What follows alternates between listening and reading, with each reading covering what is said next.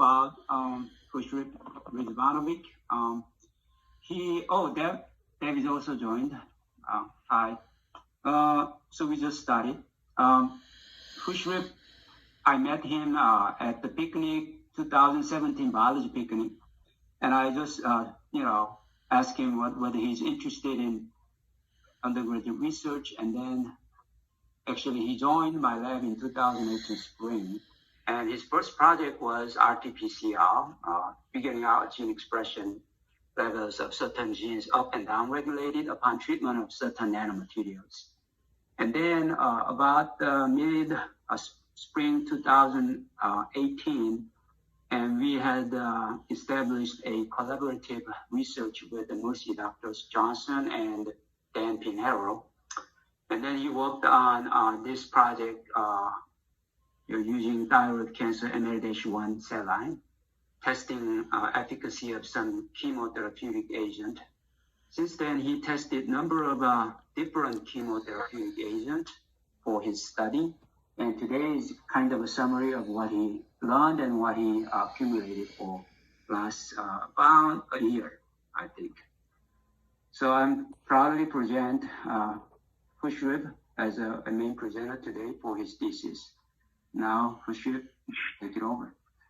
Awesome. Thank you, guys. As Dr. Kim said, my name is Husrefovo, and Dr. Kim has been my thesis advisor throughout all of this. Today, we're going to talk about the effects of alternative chemotherapeutic agents on the thyroid cancer cell line ML-1. Let me see. Okay.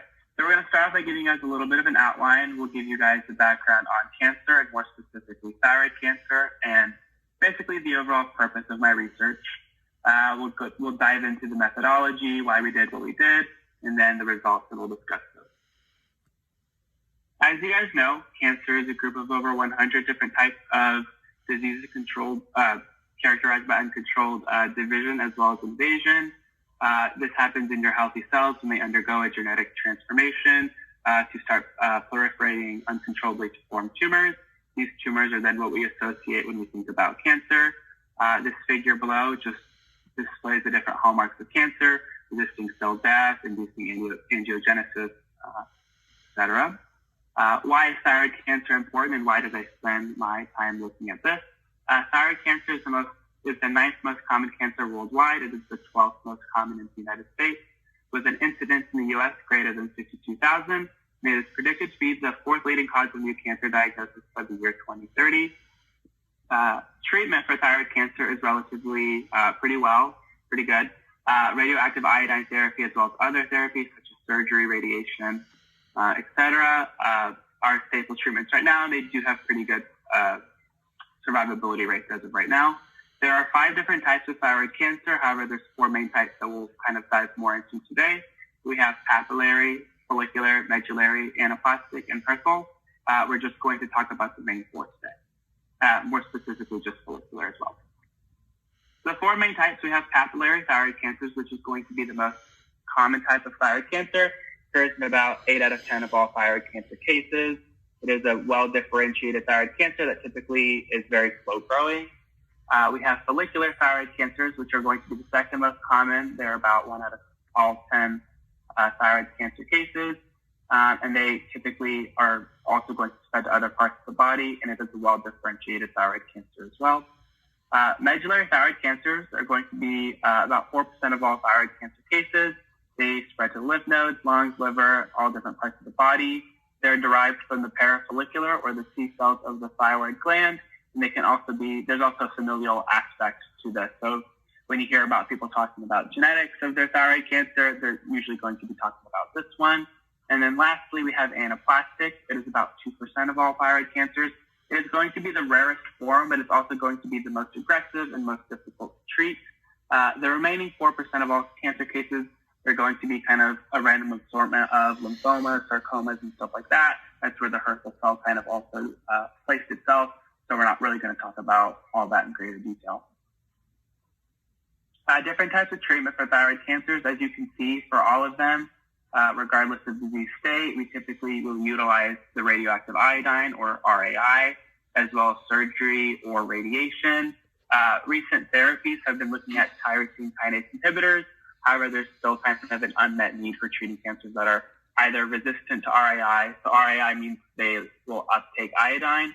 And so if we can't ablate those cells by using RAI, then we need to do something else, non-surgical. So that's going to have to be a different form of chemotherapy at that point. Okay, so why did we pick ML-1 as our thyroid cancer cell line of choice? We picked ML1 because it expresses matrix metalloproteinase isoform 2, or MMP2. There's a follicular thyroid carcinoma.